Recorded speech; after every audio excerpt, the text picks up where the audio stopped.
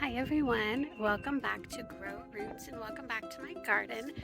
Today I will be showing you my seedlings, some of which I started in January 24th and then leading all the way up, depending on how early they were supposed to be planted according to our last frost date, which was supposed to be March 15th.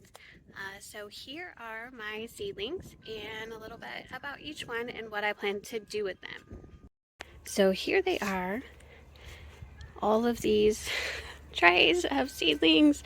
Sorry, I'm working with some shadows with the sun, but they have spent on and off the last 2 weeks out here at various times hardening off. Obviously, I've brought them in if the temperatures were supposed to get, I'd say, below, I don't know, 40, 42 degrees or so. I bring them in. But otherwise, they've been hardening off out here. And not all of them started in these big cups like this. A lot of them, actually all of them, started in trays like this. These are some of my extras that stayed. But then they got a little bit big and I thought that they needed to be separated. My way of thinning out my seedlings, I hate doing that because I feel like it's wasting the plant. So I'll separate them and put them into these bigger cups. And not all of them have survived, and that's absolutely fine. So starting off here is my Vinca seedlings. Vinca has worked really well for me. I've always bought them from nurseries or Walmart, whoever had them, because they are an inexpensive annual that you can just buy. But this year I thought I found some seeds on Baker Creek website, and I thought I would try to grow them myself, and they've done okay. So as you can see, this little guy has not done so well. This little guy is okay. Some of them, like, yes, there are 2 in there, but they are not doing as well. But some of them are nice and strong with multiple sets of leaves, and some of them have yellow.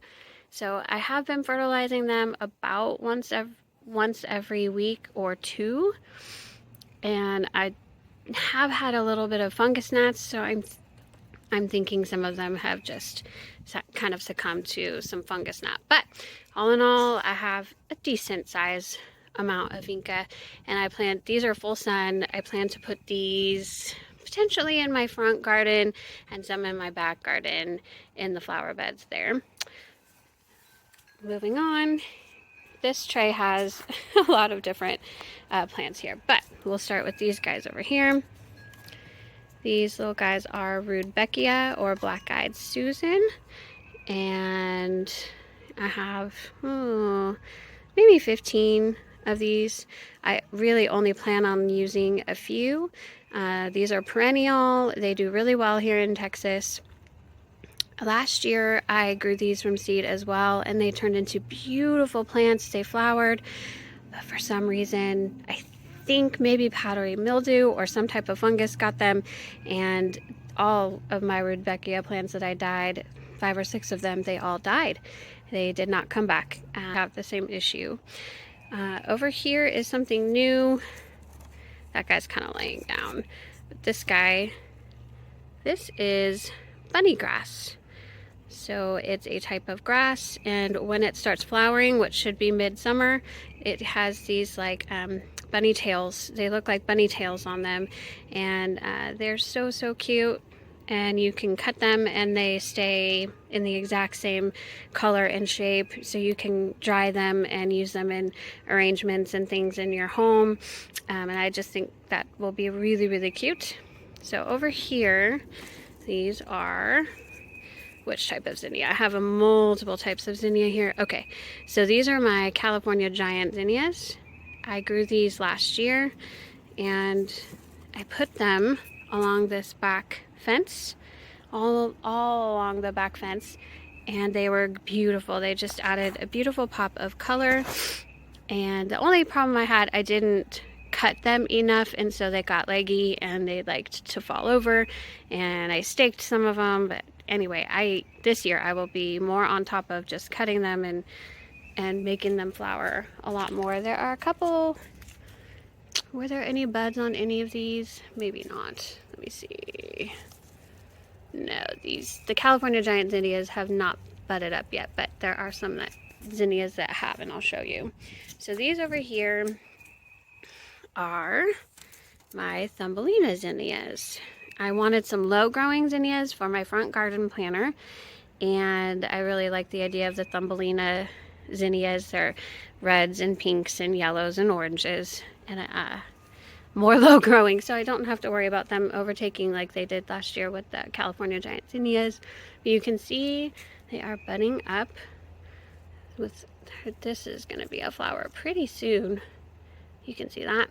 So Thumbelina zinnias, I have lots of them and excited about those. Over here, I need to get these guys back into shade. I wanted them to have a little bit of sun today, but usually I put these back in the shade. This is my part shade, but these are Pinto mix coleus. And goodness, we've got some really cool colors here. Greens and purples, and even maybe some pinks like this one. It's almost got a pink center there. And this one has green with purple center. Really pretty. And then they're dark purple there. So each and every plant is unique in itself. And I'm really excited about these. I think I may put these in those old hanging baskets there, because that is a part shade environment and the coleus will do well there. I also may put these on on some containers on my front porch and my back porch maybe. These are Impatiens. I did not expect these to get this tall. This one didn't make it. This one's kind of falling over. And this one's huge. Let's see. No flowers on that yet, but these are Impatiens. I only really have a few of these. 1, 2, 3, 4. 4 Impatiens. I planted lots of seeds and they did not germinate as well. But still have 4 of them. These guys are Dianthus. I've never grown Dianthus before. So I decided to start it from seed. This is like, I think a Sweet William pink, double pink is what they're called, from Botanical Interest. And they're okay. The stems just are not very strong. The leaves are getting good, but I have a lot of them. I don't know where I'm going to put them all. A lot of them are going to go into my front and back garden beds so that I have some winter interest, because they will bloom in late winter, but I will probably give a lot of these away because I have a lot of them. This tray are my extras. These are my extra Dianthus, so the same plant. But then on this side, this is all Gomphrena. It is salmon, I think it's called salmon pink, salmon pastel, Gomphrena from Baker's Creek seeds on their website. And I'm really excited to go grow Gomphrena this year. I love the way that it looks. And again, like the bunny tail grass, you can cut the Gomphrena and it'll refresh their blooms, but you could use those cut flowers in arrangements and they dry really well. So that will be fun. Now up here, we have a variety of things. So I have a few basil plants that I planted, so that's them. Not all of them have made it. There's some Gomphrena that are a little bit further along. And then I also am trying a catmint right here. It's a blue catmint or nepeta from Baker's Creek. And these will be really beautiful bluish purple blooms, more basil, Gomphrena. I planted, got the blues pansies in January thinking I would have blooms by now and could put them out. They have done not much. They're very slow growing for me. And so there's a few pansies there, but by the time they bloom, it's going to be too hot for them, I fear. So there's a lot of those. This is another catmint that's doing really, really, really well. So that is fun. Over here is something I'm really excited about. I will post a picture of what this plant looks like when it actually looks like something. But that little seedling there, believe it or not, I started these on January 24th. These are a purple bell vine, and I first saw these when I saw a video from the Impatient Gardener, her YouTube channel. She grew these on her back porch, climbing up her poles back there, or her supports, and it's beautiful. It is an annual vine, very difficult to start from seed, and I knew that going in. They take 20 to 40 days to germinate. These only took 4 or 5 days, 4 to 10 days to germinate for me, so I was very excited. Out of 20 seeds, I got these 1, 2, 3, 4, 5, 6. 6 out of 20. But that's apparently good for purple bell vine. They're very difficult to start, and even though they've been out so long, they're so slow growing. But I hear that as soon as it warms up, they take off.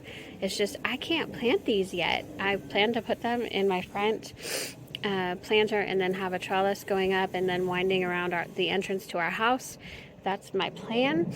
And then I also want to put it back here. This is a water fountain feature. There's water that comes down from the top of the wood there. And I want the purple bell vine to kind of go up each side and then across, maybe. I think that will be beautiful. But again, I cannot plant these in the landscape. They're just too small. So I'm waiting for them to get bigger. This guy is a baby desert rose, or adenium.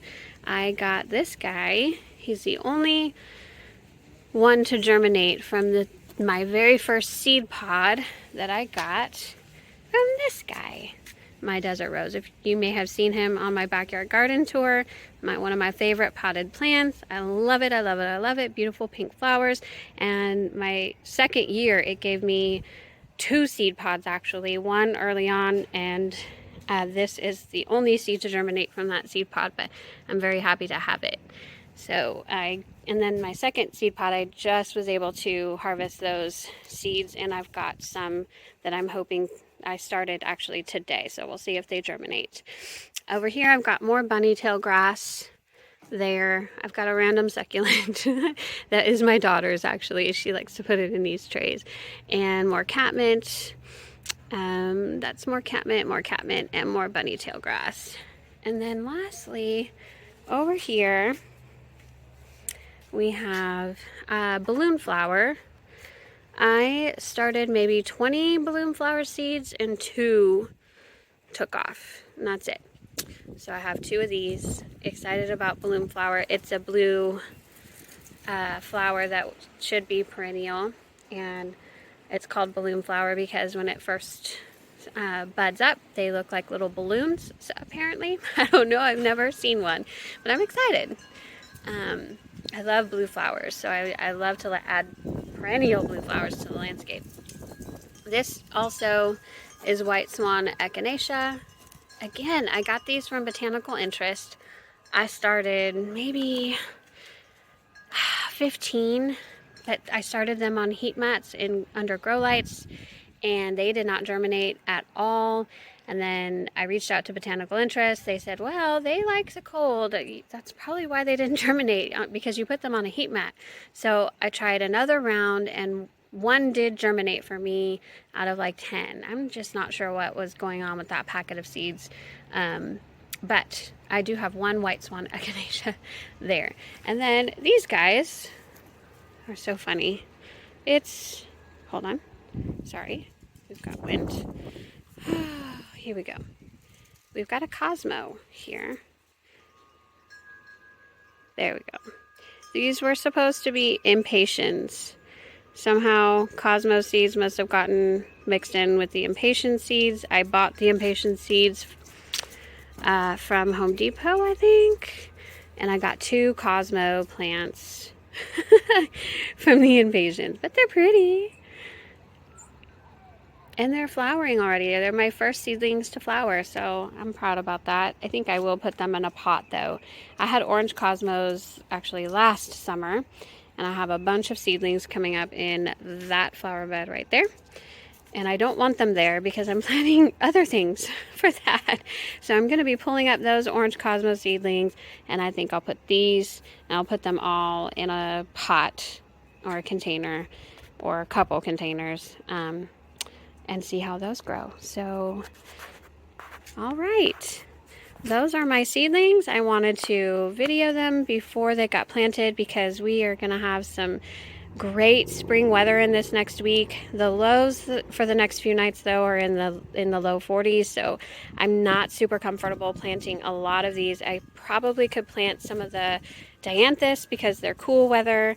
Some of the perennials should be fine, but I'm not going to plant like the Vinca or the zinnias or anything like that until the temperatures are consistently like 50 degrees or higher at night. So in the meantime, they're out here, they're loving life, they're doing well, most of them, and I'm excited to get them into the garden and into their containers. All right, thank you so much for watching. Here's a view of my backyard again. Oh, meet Bear. Hi, Bear. Hi, babies. What are you doing? You're soaking up the sun, huh? He is a Shih Tzu poodle, or a Shih Poo. We were told he was a Maltipoo when we got him. A family rehoned him to us and told us he was a Maltipoo, but I am almost certain he is a Shih Poo, and we just love him to death. Anyway, thank you for watching. Bye.